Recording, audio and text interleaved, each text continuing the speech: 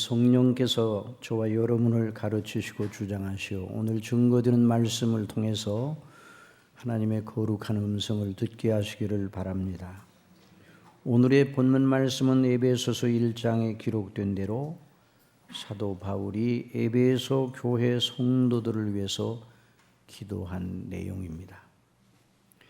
오늘은 특히 19절 이하의 말씀을 중심으로 집중하여 살펴보기를 원합니다. 자, 19절에는 그의 힘의 강력으로 역사하심을 따라 믿는 우리에게 베푸신 능력의 지극히 크심이 어떤 것을 너희로 알게 하시기를 구하노라. 너희 마음 눈을 밝혀. 자, 우리의 마음 눈을 밝혀 하나님께서 그리스도 안에서 우리를 구원하시기 위해서 베푸신 능력이 얼마나 크고 놀라운지를 깨닫게 하시는 은혜를 주옵소서. 이런 기도를 사도 바울이 에베소 교회 성도들을 위해서 기도하였습니다.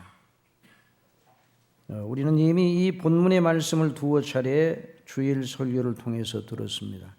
이를 인하여 주 예수 안에서 너희 믿음과 모든 성도를 향한 사랑을 나도 듣고 너희를 인하여 감사하기를 마지 아니하고 내가 기도할 때 너희를 말하노라. 우리 주 예수 그리스도의 하나님 영광의 아버지께서 지혜와 계시의 정신을 주사 하나님을 알게 하시고 그리고 너희 마음 눈을 밝히사 그 부르심의 소망이 무엇이며 성도 안에서 그 기업의 영광의 풍성이 무엇이며 그의 힘의 강력으로 역사하심을 따라 믿는 우리에게 베푸신 능력의 지극히 크심이 어떤 것을 너희로 알게 하시기를 구하노라. 사도가 드린 이 기도는 사도 속에서 역사하시던 성령께서 가르쳐 주신 기도입니다. 그러니까 이 기도는 우리 모두가 드려야 할 기도입니다. 또 남을 위해서 우리가 기도할 때도 이 기도는 매우 훌륭한 기도입니다. 로마서 8장 26절 이하에 있는 말씀 들어보십시오. 이와 같이 성령도 우리 연약함을 도우시나니 우리가 마땅히 빌 바를 알지 못하나 오직 성령이 말할 수 없는 탄식으로 우리를 위하여 친히 간구하시느니라. 마음을 감찰하시는 이가 성령의 생각을 아시나니 이는 성령이 하나님의 뜻대로 성도를 위하여 간구하심이니라. 자, 이 부분 로마서 8장 26절 27절에 있는 이 본문의 말씀 속에서 우리는 성령께서 성도 우리를 위해서 친히 간구하신다 하는 이런 표현을 만나게 됩니다. 자, 여기 에베소 교회를 위해 사도가 드린 기도는 분명하게 사도가 드린 기도입니다. 그런데 사도 속에서 역사하시는 성령께서 친히 말로 할 수 없는 탄식으로 그들을 위해서 친히 간구하게 하신 것이다. 그렇게 보아야 합니다. 그런데 이런 의문이 생깁니다. 자, 기도를 우리 믿는 이가 하나님 아버지께 예수님의 이름으로 드리는 것이 분명한데 어째서 로마서 8장 26절 이하에는 성령께서 친히 말할 수 없는 탄식으로 말미암아 우리를 위하여 친히 간구하신다고 말하였는가? 자, 사도가 드린 것이 분명해요. 그 기도는 사도가 드린 것이 분명합니다. 그런데 여전히 이 말씀, 로마서에 있는 말씀을 들어보면 성령께서 친히 성도를 위해서 기도한 내용이다. 또 이렇게 이해해도 되는 것입니다. 자, 그러면 사도가 에베소 성도들을 위해서 드린 기도가 어떻게 성령께서 기도 드린 것이라고 할 수 있는가? 이 의문에 대해서 조금 짚어보고 넘어가기를 원합니다. 존 칼빈, 주석의 왕이라고 하는 존 칼빈 목사님은 로마서 8장 26절의 본문에 대하여 이렇게 주석하였습니다. 이 대목에 대한 해석이 분분하다는 것은 나도 안다. 그러나 내가 볼 때 바울 사도는 다음과 같은 단순한 의미로 말하고 있다. 우리가 하나님께 대하여 무슨 말로 기도드려야 하느냐의 문제에 있어서 우리는 소경과 같다. 자, 하나님께 어떻게 기도드려야 되는 이 문제에 우리가 도달하게 되면 소경과 같아서 더듬거린다 이 말이죠. 왜냐하면 우리가 자신의 악함을 느낄지라도 기도는 해야 되겠는데, 그래서 그 연약과 그 악함 때문에 기도를 해야 되겠는데 어떤 합당한 말로 기도드려야 할지 몰라 혼란스럽고 애타한다. 이게 성도의 마음의 심령 속에 일어날 수 있는 일이라 이 말이죠. 자, 이런 말은 어떤 이들이 들으면 이미 하나님의 말씀 속에 하나님께 기도할 원칙이 주어져 있는데 어찌 혼란스럽다고 할 수 있겠는가, 이런 반론을 제기할 것이다. 내가 그런 이들의 반론에 대하여 이렇게 답하겠다. 그 원칙이 주어져 있지만, 성경에 원칙이 주어져 있어요. 그러나 성령께서 빛을 비추시기 전에는 그 심령 속에 빛을 비추지 아니하시면 우리의 생각들이 계속 흑암에 덮여 있기 때문이다. 그래서요. 자, 빛이 우리 심령 속에 성령께서 빛을 비추지 아니하시면 우리는 영적인 흑암 속에 있다는 것이죠. 영적인 흑암, 완전히 불 꺼진 깜깜한 어두운 밤에 불 꺼진 방에서 있으면 대번에 우리의 활동이 멈춰지고, 또 멈추지 않고 뭘 하게 되면 더듬거리게 됩니다. 어떻게 할 줄 몰라서 더듬거리게 되죠. 마치 그와 같다는 것이죠. 또 이제 존 칼빈 목사님은 계속 말합니다. 성령께서 친히 우리를 위해 간구하신다는 것에 대해서 알아보자. 현실적으로 우리에게 일어나는 일을 보면 우리 기도가 응답받은 것 같지 않아 보일 수도 있다. 우리가 기도를 드리는데 하나님이 응답하지 아니하신 것처럼 보일 수도 있다는 말이죠. 일어나는 일과 이런 것들을 볼 때. 그러나 사도 바울은 결론을 내리고 있다. 기도를 위한 참된 소원이 그 속에 있다면, 자, 참된 소원이에요. 그 속에 벌써 하늘의 신령한 은혜가 함께하고 있다는 것이다. 성령께서 역사하고 계시다는 말이죠. 왜냐하면 아무도 스스로는 경건하고 헌신할 생각을 가질 정도로 자신을 분발시킬 사람이 없다. 그래서 저나 여러분 스스로의 능력으로 스스로를 우리를 분발시켜서 하나님께 합당한 기도를 드려야 되겠지, 기도를 드려야 된다, 이런 생각을 할 수도 없고 이런 능력이 우리에게 없다는 것이죠. 물론 믿음이 없는 자라도 주절되는 기도를 하기는 한다. 그러나 그런 기도는 하나님을 가지고 노는 식의 망령된 행사다. 그래서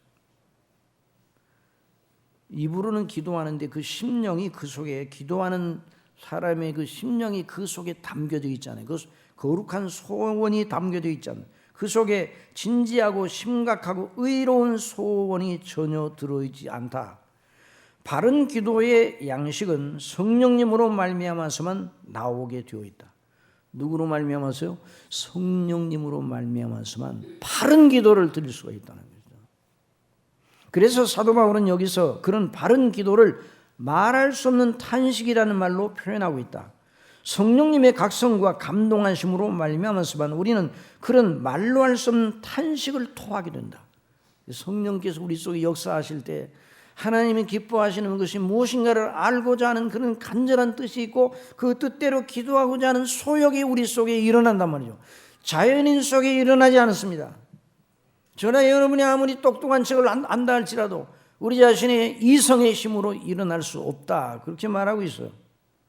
그러니까 성령님으로 하지 않고는 말로 할 수 없는 탄식을 하나님 앞에 토해낼 수 없다.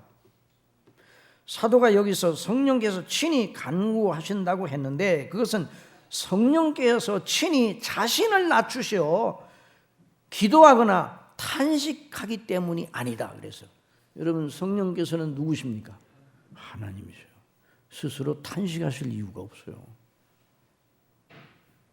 탄식하는 것은 우리입니다. 우리. 그러니까 성령께서 우리 심령 속에 그와 같은 의식을 일으켜 세워주신다는 말이죠.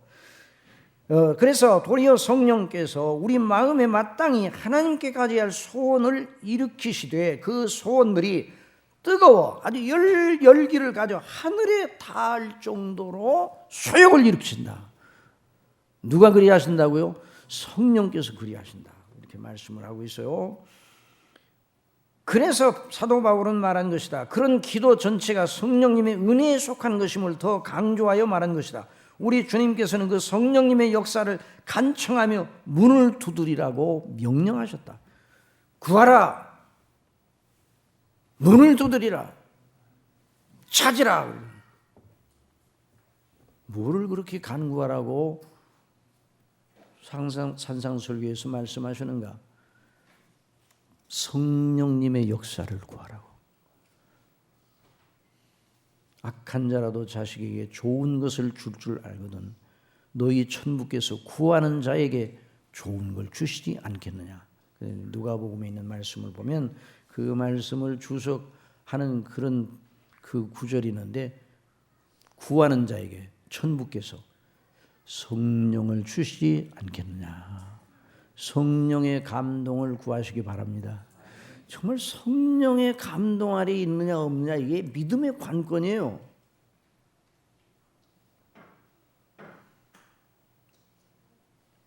진실로 아무라도 하나님께서 성령님의 은밀한 감동하심으로 우리 마음 문을 놓고 하시고, 하나님께서 성령님으로 말미암아 마음 문을 놓고 하시고 친히 하나님 자신을 위해서 마음을 여시지 않으시면 하나님께 합당한 기도의 말을 한마디도 할 수 없다. 이렇게 기도해요. 이렇게 주석을 해서 그러합니다. 성령께서 친히 아버지와 동등 되신 하나님이시기 때문에 자신을 위해서 탄식하며 간구하실 일이 없습니다.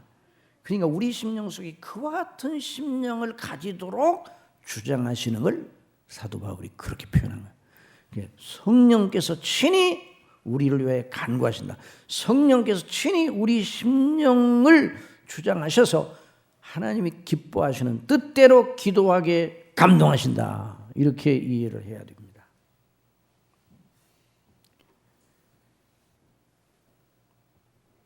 그래서 사도 바울은 이와 같이 성령도 우리 연약함을 도우시나니 우리가 마땅히 빌 바를 알지 못하나 오직 성령이 말할 수 없는 탄식으로 우리를 위하여 친히 간구하십니다.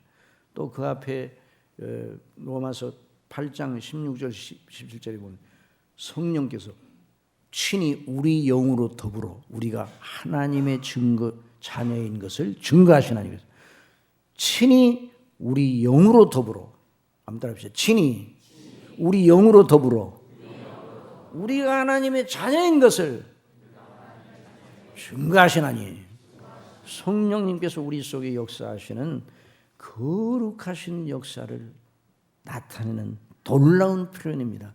그러니까 믿음은, 저와 여러분의 믿음 생활은 우리 혼자 하는 것이 아니에요. 우리 혼자는 못해요. 그러니까 사도가 이 기도를 이 에베소 교회를 위해서, 성도들을 위해서, 이 교회라고 그러면 그 성도들을 말하는 거예요. 여러분,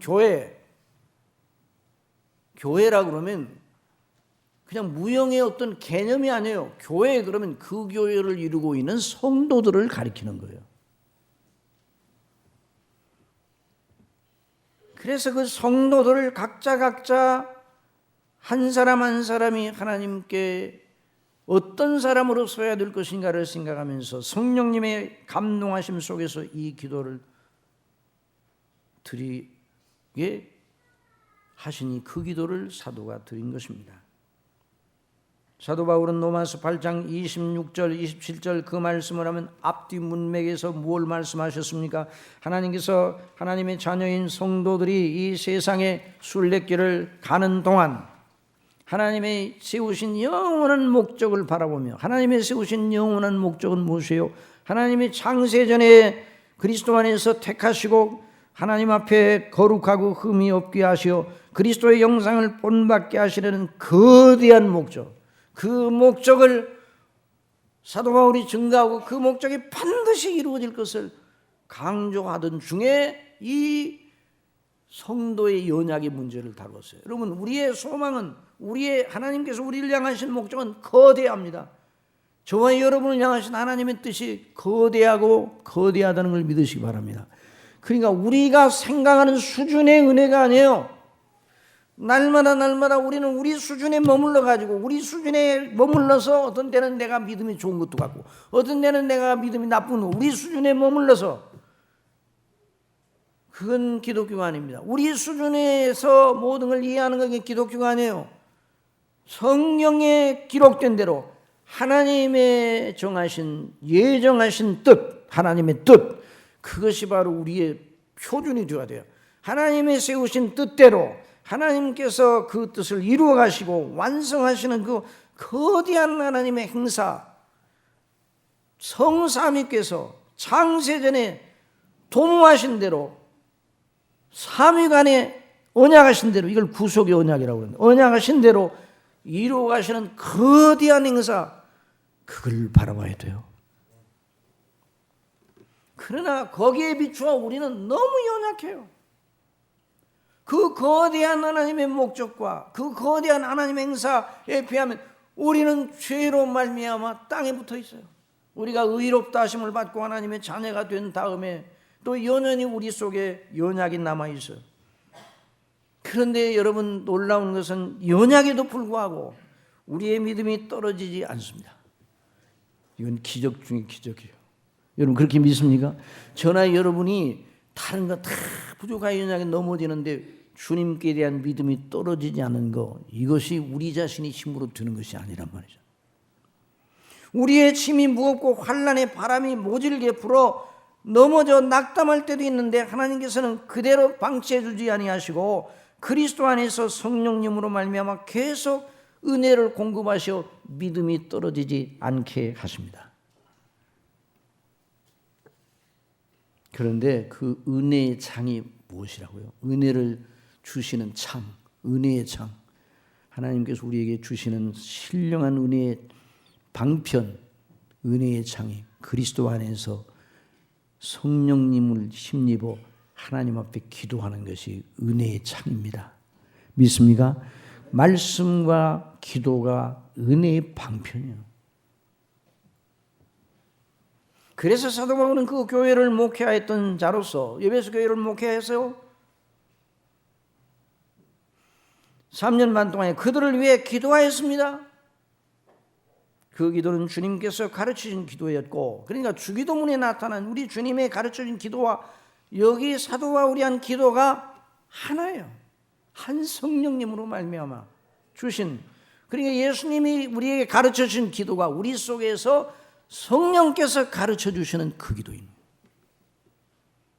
그래서 성령께서 사도 바울 속에서 그 연약의 입장에 서시어 탄식함에 친히 하나님의 뜻대로 간구하게 하시어 이런 기도를 드린 것입니다. 너희를 인하여 감사하기를 마지 아니하고 내가 기도할 때 너희를 말하노라. 우리 주 예수 그리스도의 하나님 영광의 아버지께서 지혜와 계시의 정신을 너희에게 주사 하나님을 알게 하시고 너희 마음 눈을 밝히사 그의 부르심의 소망이 무엇이며 성도 안에서 그 기업의 풍성의 영광이 무엇이며 그 힘으로 강력으로 그 힘의 강력으로 역사하심을 따라 믿는 우리에게 베푸신 능력이 지극히 크심이, 그 능력이 얼마나 어마한가를 너희로 깨닫게 하시기를 기도하노라. 너희로 알게 하시기를 구하노라. 너희로 깨닫게 하시기를 구하노라. 저나 여러분, 하나님의 택하심과 예정을 입어 예수 그리스도 안에서 영생 얻은 하나님의 자녀이니 우리 속에, 저와 여러분 속에 보혜사 성령님께서 계시어 역사하심을 믿어야 할 것입니다. 그리고 이 놀라우신 은혜 가운데 있는 우리는 바로 이 기도를 드려야 됩니다.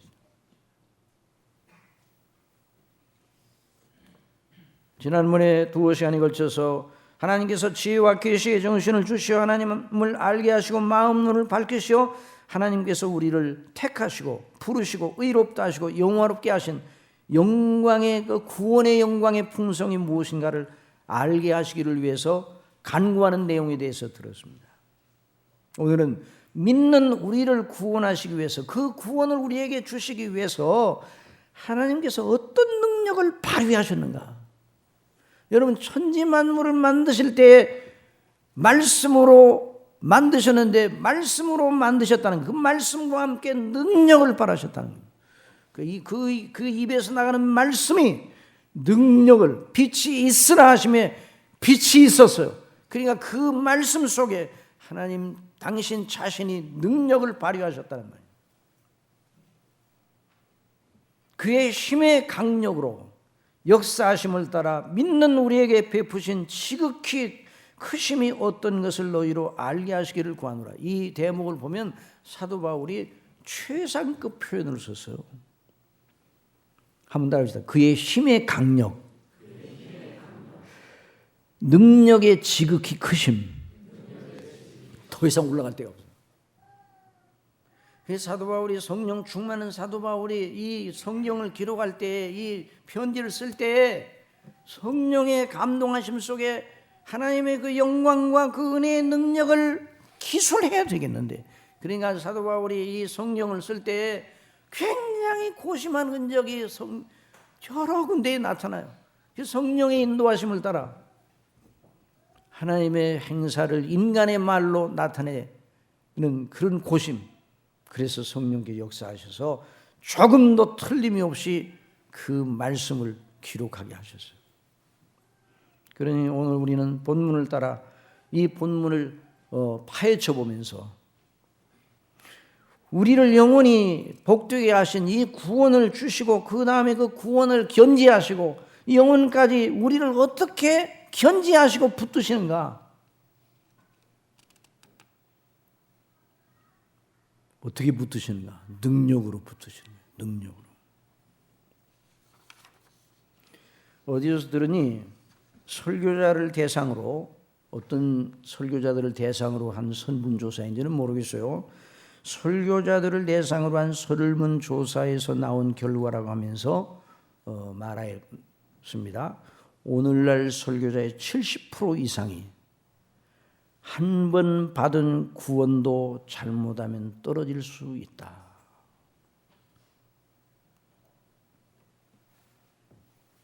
여러분, 하나님께서 어떤 영혼을 구원해 내셨습니다.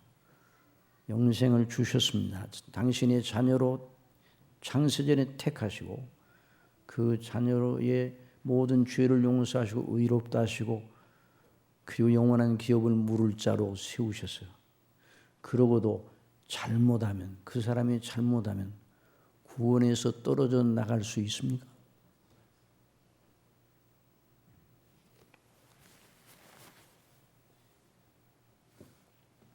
물론 한 번 구원은 영원한 구원이라는 그 진리를 가지고 죄를 짓는 데 활용하는, 그래도 된다는 식으로 하는 교훈이 있다면 그건 이단입니다.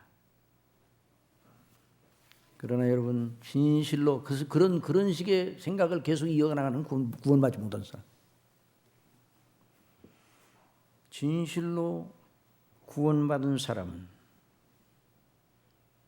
그 사람 자신의 잘못과 연약으로 인해서 구원 밖으로 튕겨져 나가 다시 지옥으로 들어갈 가능성이 있습니까? 없습니까? 없습니다. 있을 수가 없어요. 있다 그러면 그건 복음이 아니에요.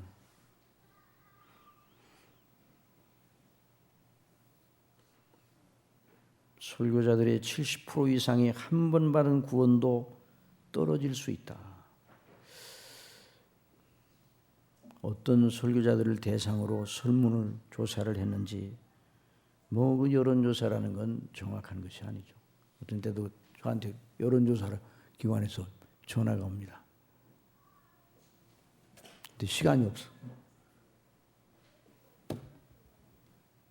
그냥 끊어버리고 마는데, 그러니까 이 통계 자료가 사실이 아니기를 바랍니다. 물론 사람이 스스로 생각하기에 구원을 받은 것 같다고 생각하지만 구원받지 못한 경우가 있습니다. 또 성경 중 어느 대목은 그럴 가능성에 대하여 경고하는 것 같은 뉘앙스를 풍기는 그런 말씀도 없지 않아 있습니다. 그러나 그것은 거룩한 부성의 거룩한 아버지가 자녀를 향하여 위험을 경고하여 위험에 빠지지 말도록 하시는 하나님 아버지의 거룩하신 경고의 말씀이지, 실제로 구원받은 사람이 다시 지옥으로 떨어져가는 일은 없습니다. 여러분 그렇게 믿으시기 바랍니다. 성경이 그렇게 말하고 있어요. 하나님의 택하심을 받고 부르심을 받아 그리스도를 믿음으로 말미암아 용서를 받고 의롭다 하심을 받아 영생 얻은 하나님의 자녀, 그 자녀 중에 어느 누가 구원을 상실하여 다시 지옥의 자식이 되게 하는 일, 그런 일이 있다 그러면 하나님의 완전하심에 중대한 파국이 생길 수밖에 없는 거죠. 그런데 오늘 신학자들 중에 그렇게 생각하도록 주장하는 신학자들이 없지 않아 있습니다. 이렇게 말합니다. 자꾸 그런 식으로 하나님의 은혜를 자꾸만 그런 식으로 말하니까 믿는 자들이 도덕적인 동기를 잃어버리게 된다. 그런 식으로 구원이 떨어질 수 없다고 강조하니 믿는 자들이 아무렇게나 살아도 되는 줄 안다. 죄를 지어 잘못하면 구원이 떨어질 수 있다고 해야 정신을 차리고 죄를 멀리할 것이 아닌가. 이건 순전히 인본주의적인 논리입니다. 만일 그들의 논리대로면 율법으로 위협하면 사람이 착해지고 의를 행할 수 있다는 말이 되는 거예요. 그렇습니까? 율법으로 위협하니 사람이 착해졌습니까? 율법을 가진 유대인이 율법 없는 이방인보다 더 착했습니까? 아니에요. 율법 있는 그들도 율법 없는 이방인도 다 하나님의 진노 아래 있다고 로마서에서 사도가 강력한 논리로 주장을 하고, 의인은 없나니 몇 명이라고요? 하나도 없다. 율법이 사람을 착하게 만들지 못했어요.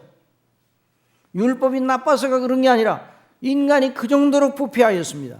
그러니 인간을 착하게 만들어 구원시키는 게 아니에요.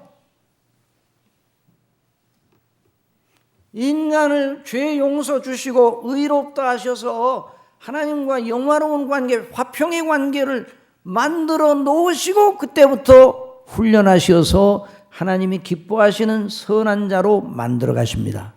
여러분 믿습니까? 의롭다, 믿음으로 말미암아 의롭다 하심을 받는다는 그 말은 의롭게 되게 만들어 의롭다고 하신다는 말이 아니에요. 믿음으로 의롭게 된다, 그 말이 아니에요. 믿음으로 말미암아 의롭다는 선고를 해 주셨다는 말이에요. 은혜로 그리스도의 것을. 그런 다음에 훈련이 시작이 되는 거예요. 그래서 성화는 하나님의 자녀에게만 해당되는 거예요. 성화로 말미암아 그 열매로 구원받는 게 아니에요. 오늘 본문에서 그의 힘의 강력으로 역사하심을 따라 믿는 우리에게, 이미 구원받은 우리에게 베푸신 능력의 지극히 크심이 어떤 걸 너희로 알게 하시기를 구하노라. 하나님께서 믿는 우리를 죄에서 구원하시어 하늘의 영원한 기업을 잊게 하시기 위하여 베푸신 능력을 바르게 알면 그런 거짓된 논리를 제기할 수 없습니다. 우리 주님의 말씀을 들어보십시오. 아버지께서 내게 주시는 자는 다 내게로 올 것이요 내게 오는 자는 내가 결코 내어쫓지 아니하리라. 내가 하늘로서 내려온 것은 내 뜻을 행하려 함이 아니요 나를 보내신 이의 뜻을 행하려 함이니라. 나를 보내신 이의 뜻은 내게 주신 자 중에 내가 하나도 잃어버리지 아니하고 마지막 날에 다시 살리는 이것이니라. 한 사람도 잃어버리지 아니하고.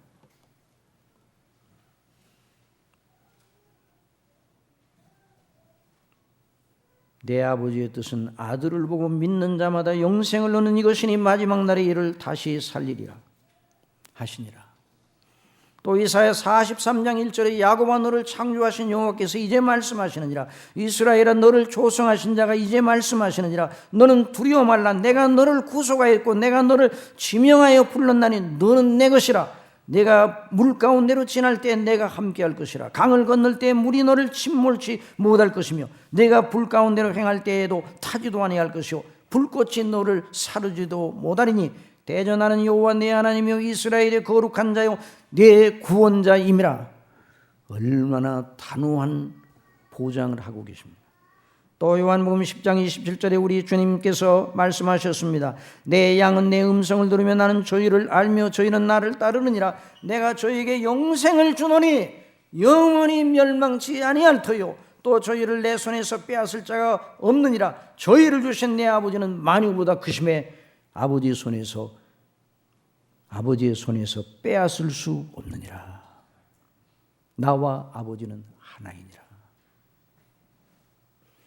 하나님께서 자기의 영원한 기업, 영원한 소유된 하나님의 백성으로 부르신 이들, 곧 정말 예수 그리스도를 믿는 사람들은 예수님의 피로 죄 사함을 얻고 그 예수님의 의를 힘입어 하나님 앞에 의롭다 하심을 입어 하나님과 영원한 화목을 이루었습니다.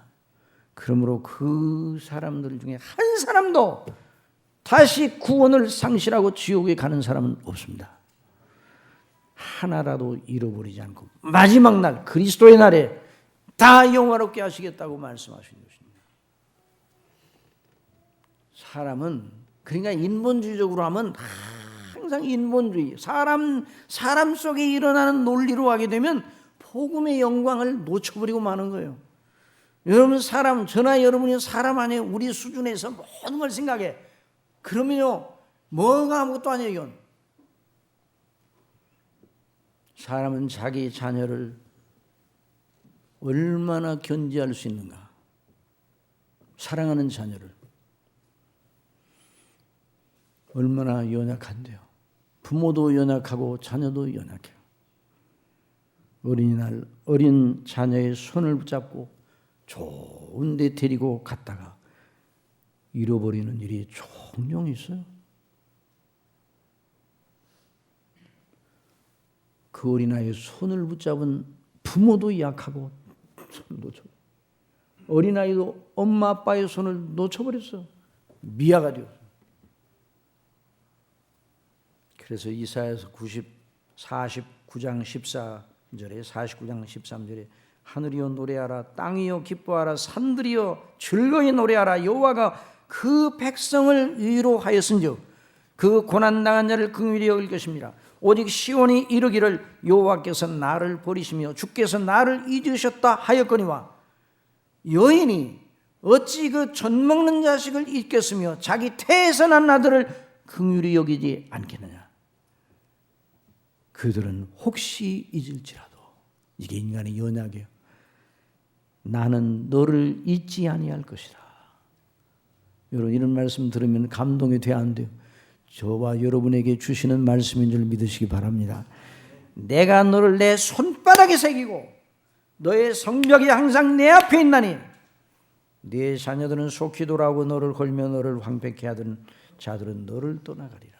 이게 하나님의 택하신 백성들을 향한 하나님의 완전한 목표인 것입니다. 그 목표를 이루시는 하나님의 거룩하신 그 행사 속에 하나님이 당신의 능력을 발휘하셔서 그 구원을 이루어 나가셔서 그 구원이 얼마나 완전한 것인가를 여기서 보여주시는 거예요. 그의 힘의 강력으로 역사하심을 따라 믿는 우리에게 베푸신 능력의 지극히 크심이 어떠한 것을 너희로 알게 하시기를 구하노라. 하나님께서 우리를 구원하시기 위하여 발휘하신 능력이 얼마나 어마어마한지를 깨달아 아는 것은 지상에 있는 저와 여러분의 믿음의 사람들에게 있어서 최상의 행복입니다. 이걸 성령께서는 아시고 사도 바울을 통해서 증거케 하시고 기록하게 하시고 오늘도 우리가 듣고 있는 것입니다. 여러분 능력, 정말 능력이 매우 중요한 것입니다. 오늘도 해가 떴잖아요. 왜 해가 떴는가? 아침마다 떠요. 그럼 거기서 그냥 말이 끝나면 재미가 없어요. 우리 믿는 사람은 아침에 해가 떠오는데 어떻게 떴어요?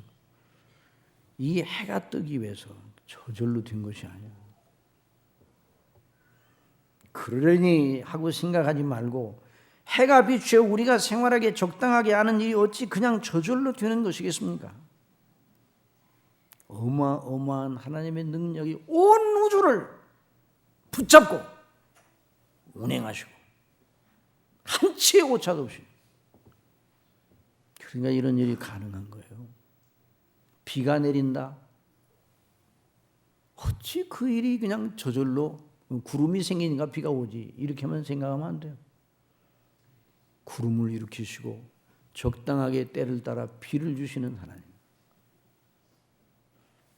교회당 위에 등불이 켜 있잖아요. 예배당을 환히 비추고 있어 우리가 밝은 빛 아래에서 예배를 드리고 있어요. 저절로 된 일입니까? 저기서 켜 있는 등불 하나를 환하게 밝히기 위해서, 그것을 위해서 눈에 보이지 아니하는 그 배경 속에 얼마나 많은 설비와 구조가 필요합니까?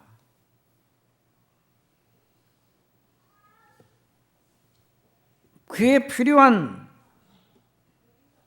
충분한 필요한 조건을 갖추지 않으면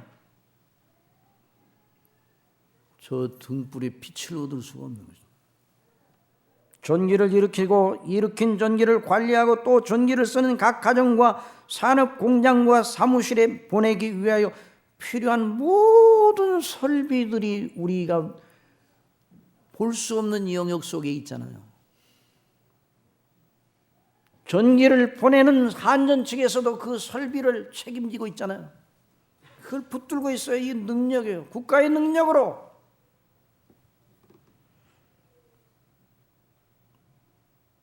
근데 만약에 변란이 일어나가지고 나라들이 전쟁에 일어난다 그러면 그 모든 것이 딱 중단이 되니까 올스톱이 되는 거 아니에요. 전기를 보내는 측에서도 그래야 되고 전기를 받아 쓰는 수용자 측에서도 그에 필요한 설비를 갖춰야 비로소 등불이 환하게 밝혀지는 거예요. 파워, 능력이 있어요. 그냥 능력이 저장된 능력이 아니라 그 요로를 따라 바르게 운용되는 그 놀라운 그 능력의 늘 주장하는 그 논리의 이치를 따라 온 우주를 밝히고 지구상의 생명체들을 위하여 필요한 빛과 열과 제반 환경을 제공하는 해를 볼 때마다 우리는 그것을 가능케 하신 하나님께 찬미를 올려드려야 됩니다. 자연 발생론, 우주 자연 발생론, 이 가장 거짓된 사단의 거짓된 논리라는 걸 알아야 돼요. 그런데 이 과학자들이 이걸 믿고 있다 이 말이에요. 하나님 없는 과학자들이. 이 장엄한 우주가 어떻게 탄생이 되었어? 태초에 하나님이 천지를 창조하시냐, 온 우주와 땅과 하늘을 지으시고 그 모든 질서를 세우시고 지상의 인생들과 그 인생들을 위하여 여러 생명체들을 있게 하시고 그에 필요한 모든 조건을 부여하신 전능하신 하나님 창조의 능력, 통치의 능력, 섭리의 능력이 있기에 그런 것들이 가능한 것이죠. 하나님께서 저와 여러분을 죄에서 구원하시는 일은 그저 하나님께서 적당하게 당신의 어떤 한 능력을 조금 발휘해서 된 일이 아니었습니다.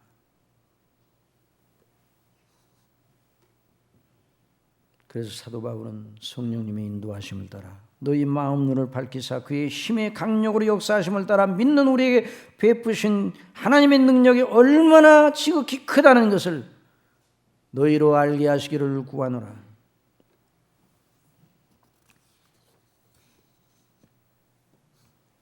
능력, 그 능력이 어디에서 발휘가 되었습니다. 한번 따라합시다. 본문 그 능력이 그리스도 안에서 역사하사. 여기 요점이요. 그 구원하시는 능력이 그리스도 안에서 역사하사. 그리스도 안에서 역사하사. 여러분 능력이 우리 예수님께서 중풍병자를 향해서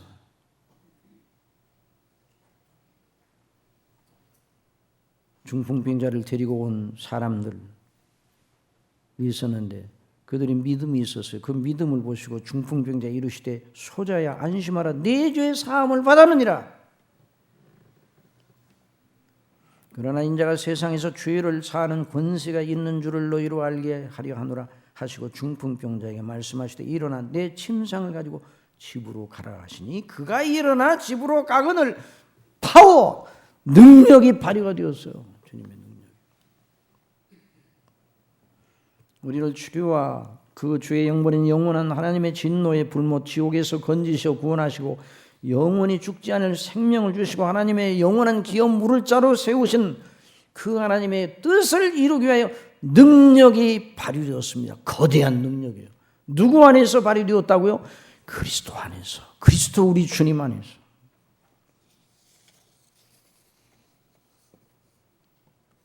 그 능력이 그리스도 안에서 어떻게 드러났습니까? 그 능력이 그리스도 안에서 역사하사 죽은 자들 가운데서 다시 살리시고 우리 예수님이 부활하셨어요. 그런데 예수님이 부활하신 것을 제자들이 믿지를 않은 이유가 예수님이 너무 처참하게 죽으셨어요. 예수님이 그냥 깜빡 기절을 해서 죽으시는 것처럼 죽으셨다면 깨어나셨는가 보다 그랬을지 모르지만 몸과 그 몸에 물과 피 한 방울도 남아있지 않도록 다 쏟게 하시고 완전하게 죽으셨어요. 그런데 그분을 다시 살리셨어요. 능력이 발휘되었습니다. 하나님의 능력이 발휘되었습니다. 그 예수님이 다시 사시는 건 예수님과 예수님께 속한 택한 백성들 전체, 예수님이 구속하신 백성 전체의 영원한 생명이 달린 문제였어요. 그러니까 예수님을 다시 일으키신 하나님의 능력은 어마어마했습니다. 천지를 창조하신 능력이 더 큰가? 예수님을 일으키신 능력이 더 큰가? 이건 비교가 불가능하죠. 하나님께서 당신의 주권대로 하셨으니까. 천지를 창조하신 능력도 너무너무 놀랍잖아요. 그런데 예수님을 죽은 자 가운데서 다시 살리신 그 능력은 새로운 창조의 능력이에요. 모든 정사와 권세와 능력과 주관하는 자와 이 세상뿐 아니라 그리고 역사 죽은 자들 가운데 다시 살리시고 하늘에서 하나님 자신의 우편에 앉게 하시고 하나님의 능력을 발휘하여 예수님을 하늘에 앉히시고 우편에 앉히셔서 저와 여러분이 여기에 다 이게 관여된 거예요. 모든 정사와 권세와 능력과 주관하는 자와 이 세상뿐 아니라 오는 세상에 일컫는 모든 이름 위에 뛰어나게 하시고 예수님의 이름이 뛰어난 이름이에요. 만유의 주 예수님의 이름이 땅에 있는 것들과 땅 위에 있는 것들, 하늘에 있던 모든 것들이 다 예수님의 이름에 무릎을 꿇습니다. 그 예수님의 이름을 그렇게 높이신 하나님의 능력, 그 만물을 그 발 아래 복종하게 하시고 그를 만물 위에 교회의 머리로 주셨느니라. 그런데 그분이 바로 교회의 머리다. 이 대목이 정말 이게 크라이막스예요. 교회는 뭐예요? 죄로 말미암아 죽었던 사람들이 살아나 그리스도 안에서 구원받은 하나님의 사람들의 유기적인 몸이 아니에요. 유기적인 생명의 몸, 공동체 아니에요. 그 공동체가 이 에베소서를 기록할 때 교회가 얼마나 사람들이 볼 때 연약하고 멸시받을 만했는가. 핍박받고 박해하고 쫓겨다니고 무덤가에서 토굴에서 그때 예수님을 믿는다고 하면 자기 목숨을 걸어놓고 예수님을 믿는 것이에요. 그러니 그때 가장 사람이 해서는 안 되는 일이 예수님 믿는 일이었어요. 그런데 그들로 이루어진 그 하나님의 택하시어 구원해 내시어 그런 가운데서 모든 핍박 속에서도 주님을 믿는 믿음을 견지하는 그 사람들을 붙드시는 능력이 그리스도를 죽은 자 가운데 살리시고 그리스도를 하늘에 앉히시고 만물의 그 만물 그 발 아래 복종하게 하시고 그런 분을 그 교회의 머리로 세우셨다. 그 교회의 영광이 놀라운 거죠. 그 당시에 우상의 전각이 어마어마했습니다. 우상의 전각. 가는 곳마다 우상의 전각이 큰 기둥을 세우고 대단했어요. 그 당시 문화 전체가 우상을 섬기는 일에 집중하고 있었어요. 그러니까 건축술, 예술, 미술, 조각, 이런 모든 그 전문가들이 다 동원돼서 우상의 전각을 세웠어요. 교회는 아주 보잘것이 없었어요. 믿는 몇 사람이 무리도 어디 가정에서 모이기도 하고 토굴에서 모이기도 하고 사람들이 모이지 않은 아주 숨은 그런 장소에서 모이는 그 교회가 얼마나 하잘 것 없어 보였어요. 그러나 그 교회의 머리 되신 예수님이 만유의 주가 되십니다. 그분을 죽은 자 가운데 일으키신 하나님의 능력. 그러니까 그 교회가 비록 사람의 눈에 보이기는 아무것도 아니지만은 하나님의 전지전능하신 능력, 하나님의 이름을 걸고 그들을 영원토록 하나님께서 영원토록 그 영광의 나라, 다른 것들은 다 불살라질 것입니다. 그러나 그 교회만 남습니다. 이게 놀라운 일 아니에요? 예수 그리스도를 믿는 사람들만 영화롭게 돼요. 그 예수님 믿는 사람을 영원토록 그리스도 안에서 역사하신 그 능력으로 견지하여 주시는 것, 그것이 바로 영생입니다. 이게 놀라운, 조금만 모자라도 그 일이 불가능합니다. 아까도 말씀드렸지만 해가 계속 뜨는 것은 하나님이 계속 우주를 붙잡고 일하시기 때문에, 전기가 이렇게 안 꺼지고 있는 건 전기를 계속 보내주고 있기 때문에 계속. 저와 여러분이 영생을 얻었다는 그 말은 저와 여러분이 가진 영원한 영적인 생명을 계속 견지하는 하나님의 능력, 그리스도 안에 있는 하나님의 능력이 저와 여러분을 견지한다는 말입니다. 여러분, 이럴 것이 아니면 중간에 가다가 떨어져요. 그것도 영원까지 못 가요. 몇천 년 가다가 떨어져. 10년 살다가 10만 년 살다가 떨어져. 그럼 그건 영생이 아니에요. 영원토록 가는 거예요. 조금만 흠이 있어도 안 되는 거예요. 여러분 중에 1986년 2월 26일 미국의 우주 왕복선 챌린저 호의 참사를 기억하십니까? 86년이니까 지금부터 몇 년 전이죠? 33년이죠. 그러니까 이게 33년이니까 33살 이하에 있는 분들은 태어나기 전 일이에요. 근데 그때 어떤 일이 났어요? 7명을 뽑는데 수많은 지원자들이 몰려들었어요. 경쟁률을 뚫고 치열한 경쟁률을 뚫고 7명이 선정되었습니다. 그중에 여자분이 2분 들어있었어요. 그중 한 분은 미국의 어느 동네 초등학교 여자 선생님이었습니다. 그래서 그 동네와 그 학교에서 축제를 벌였어요. 우리 선생님이 우주 챌린저호의 탑승자가 되었다.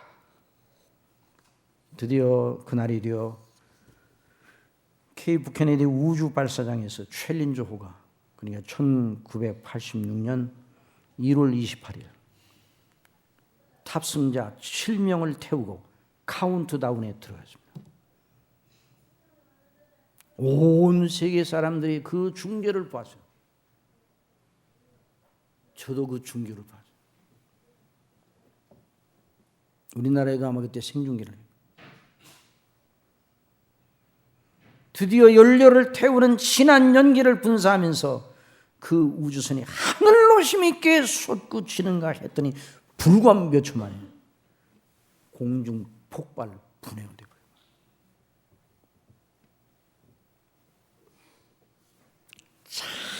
작은 틈이 완전하지 못하면 그렇게 되는 거죠. 저와 여러분을 구원하신 하나님의 능력이 완전하지 못하면 저와 여러분을 영원토록 견지하지 못하였을 것입니다. 그러나 하나님은 완전하십니다.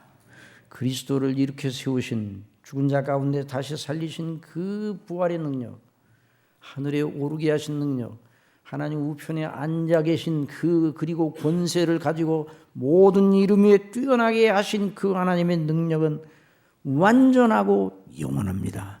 그래서 저와 여러분이 완전하고 영원히 절대로 그 구원에서 떨어지지 아니하고 파멸되지 아니하고 영원히 하나님의 영광의 나라에서 영원토록 하나님을 섬기며 경배하며 찬미하며 교제하며 그 복락을 누리게 될 것입니다.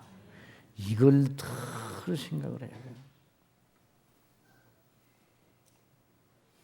한 주간 살면서 저와 여러분을 괴롭히는 여러 가지 현안 문제들이 우리를 옥죄어요.